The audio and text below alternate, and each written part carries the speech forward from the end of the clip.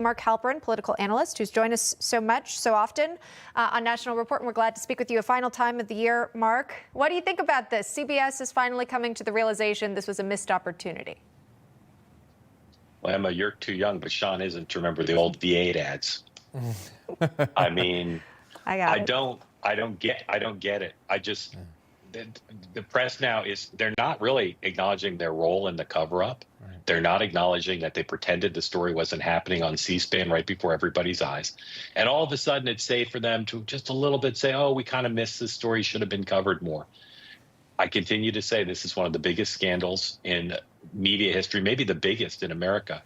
And for places like Newsmax, your program, my reporting, I don't think we deserve a Pulitzer for reporting what we could see publicly. But I do think until the organizations that contributed to the cover-up come clean, they can't expect to establish any credibility with the broader public. Yeah, I would expand on that to say that there was a choice to not report it. It was obvious. Yeah. It was an easy story to report, but there was some decision within whichever network, news organization, to not cover it or to ignore it. And it had major implications, which you were touching on, about the consequences of going down that path without reporting on it, missing opportunities in a primary.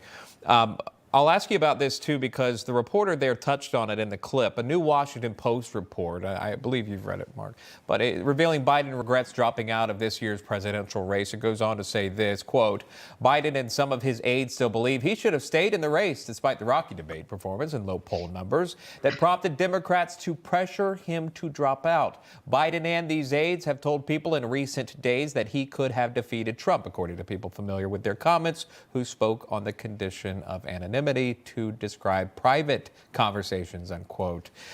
It was called delusional in that CBS News clip. Mark, if there is weight to this story, how do you see it? Well, I think Joe Biden was right for years, literally, when he said he thought he had the best chance to beat Donald Trump. But at some point, it passed from having the best chance to beat Donald Trump to no chance.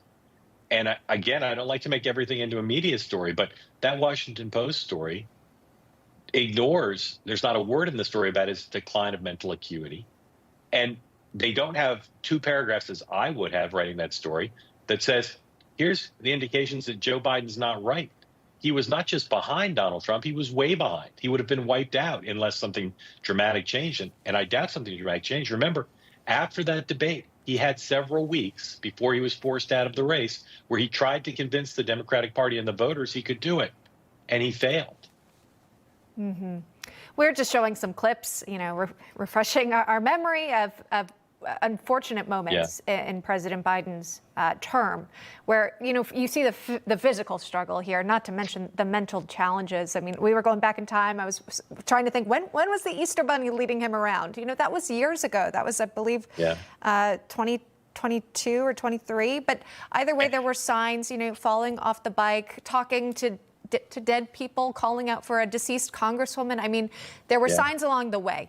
So my point is, will the media change? Have you seen any signs that they're going to approach it differently? Emma, I've told this story before. I saw Joe Biden do an event in 2017 with a friendly interviewer promoting a book. And afterwards, I said, thank goodness his career in public life is over, because what an embarrassment it would be for him and his family if he continued to try to do things in a public way. That was 3 years before he ran for and won the presidency, which without COVID, I think would have been a big challenge for him.